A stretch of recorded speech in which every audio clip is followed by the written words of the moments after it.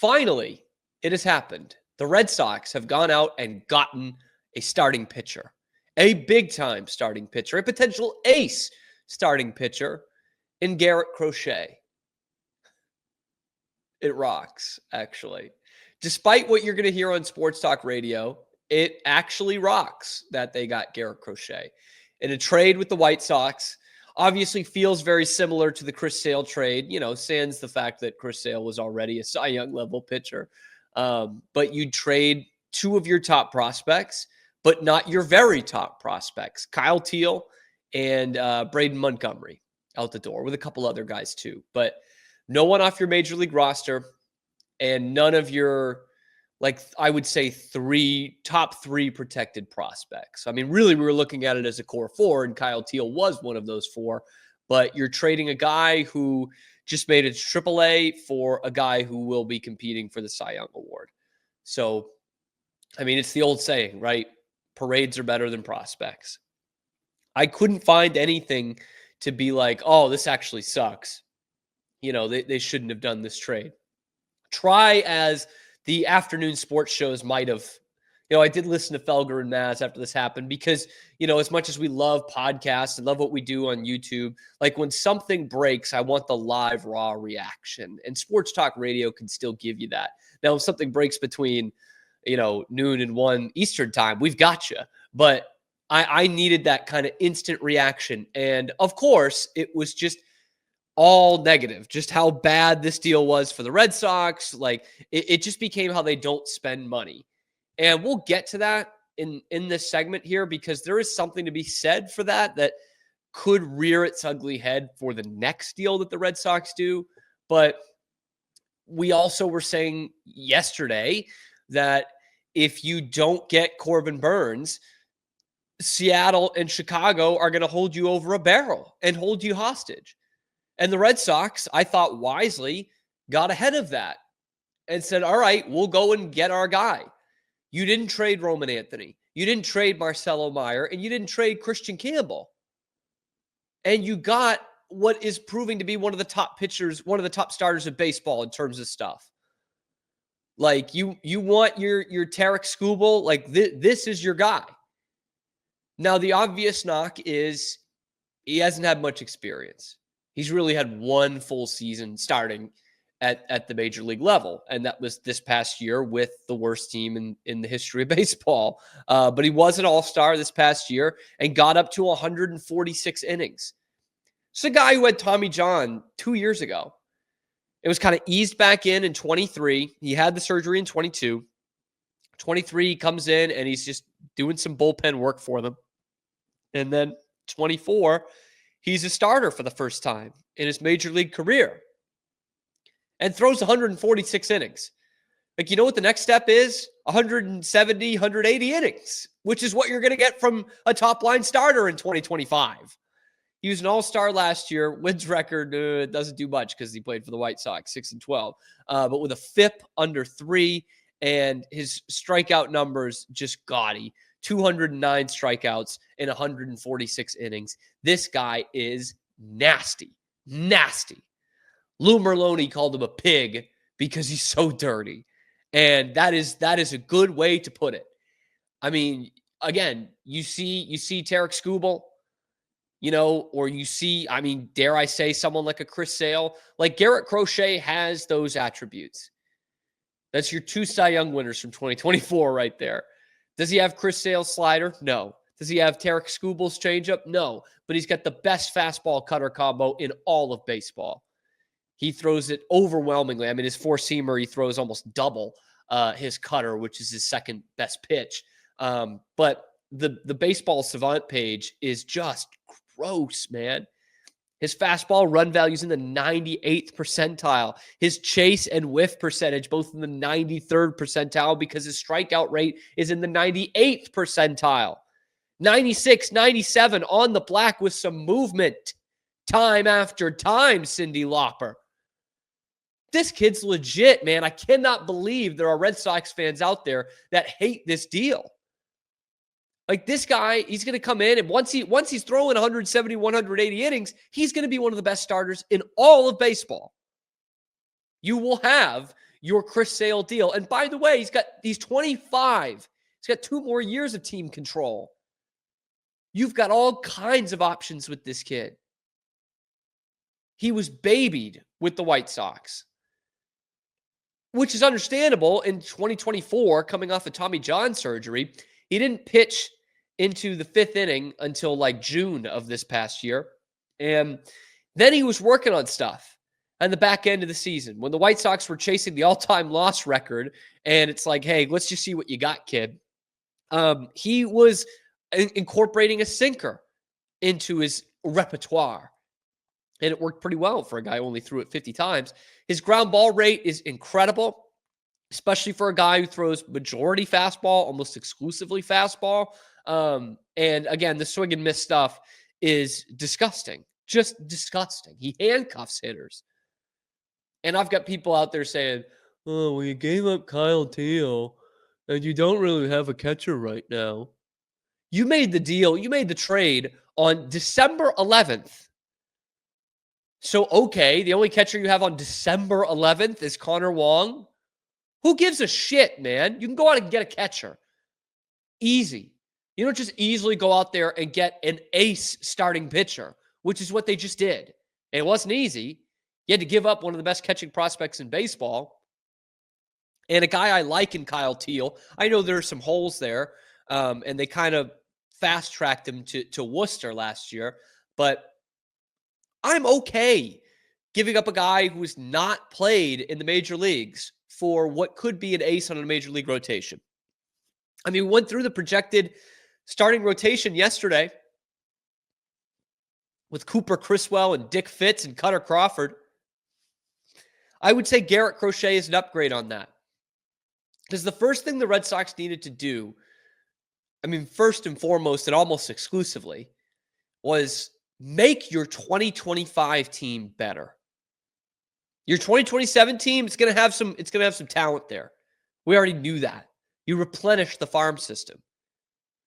You need to make your 2025 team better. And that's what they did by getting Garrett Crochet. And if the kid's healthy, which no reason to believe he won't be, by what? Memorial Day? I don't think there will be any naysayers, anybody who say, boy, I really wish we had Kyle Teal right now. I don't think so. I think he's that good. Now, the other thing that concerns me, and back to the kind of the Felger point of all of this, which was annoying to hear yesterday, and I think it will be a concern if there's another move that happens, is you can still be critical of ownership for not spending money. They needed a top-end starting pitcher. There were 3 free agents on the market. You've already missed on 2 of them, and the pitcher you got is one that you got in a trade. You're giving up assets rather than money, which all it is money. This is the Boston Red Sox, man. And so I understand that from a perspective of you don't get a Corbin Burns and you do trade for another pitcher. That's where I think it's a mistake. You've done your trade for a pitcher. And I know, the Kirbys and the Gilberts of Seattle are going to be enticing. And you'll say, well, we only traded 2 of our top 10 prospects. We've got a couple more to dangle out there. We've got 2 major leaguers who were top 5 Rookie of the Year finalists the last 2 years. We could still dangle those.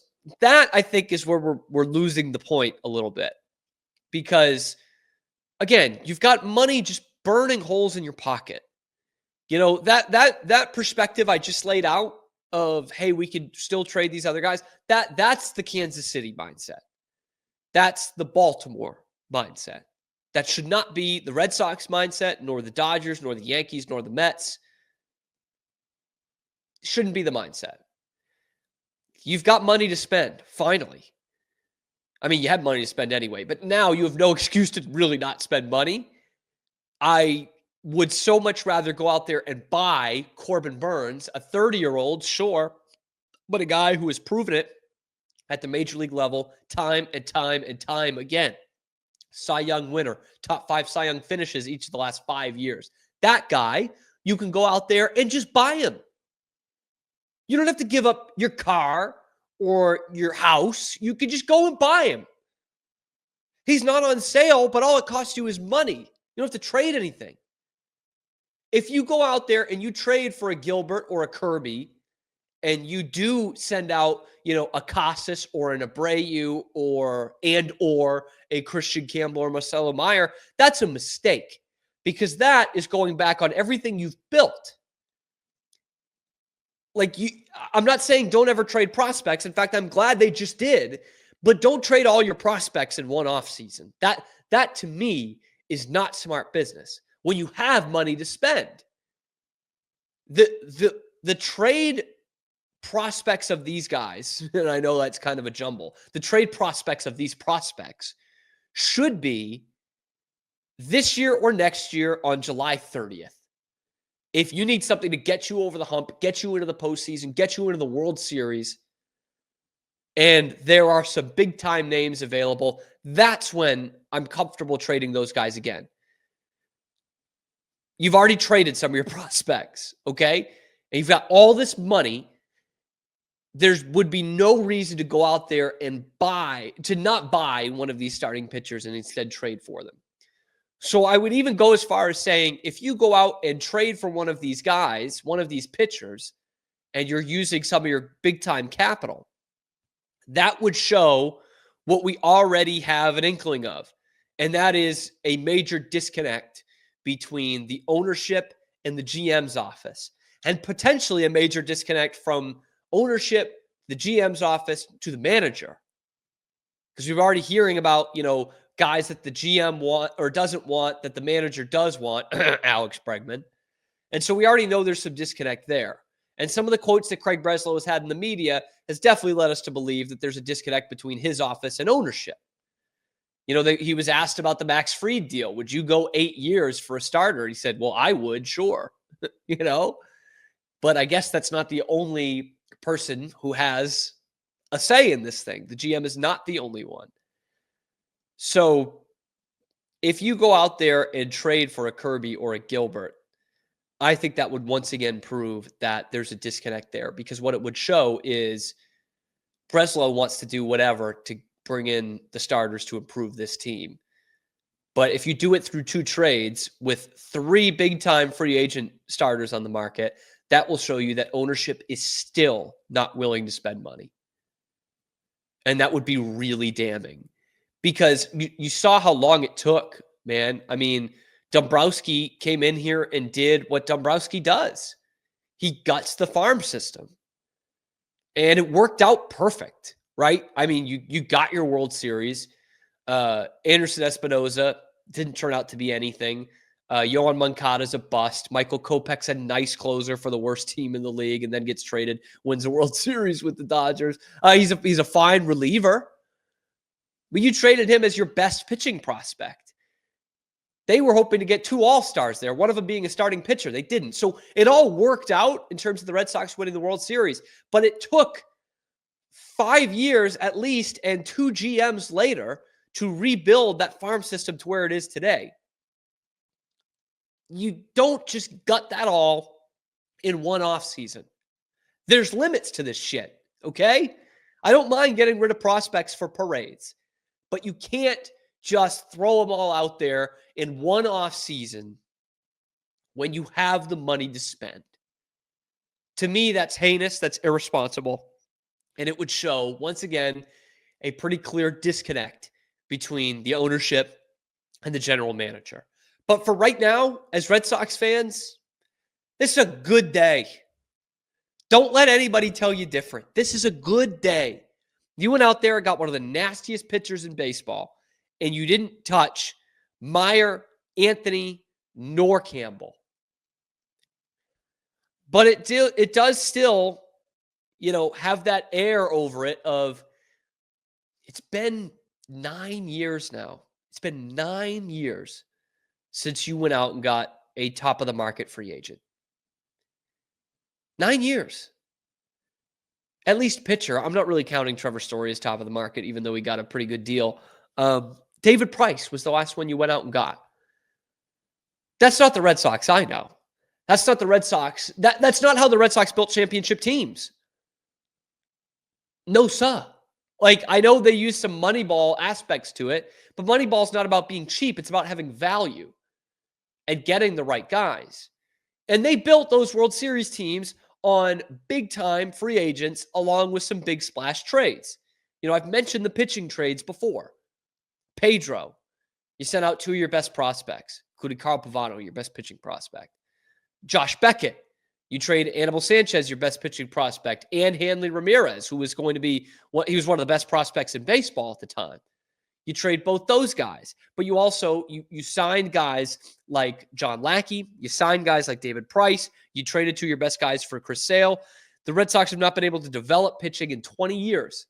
So you need to get him at all costs, and that's what they did with Garrett Crochet. Now, if they trade for another one, then there's some concern or more concern that this ownership just does not have the balls to spend any money. But I'm not ready to go down such a negative road yet. We've already done it for 9 years. Today is a day to be appreciative that Garrett Crochet is a Boston Red Sox.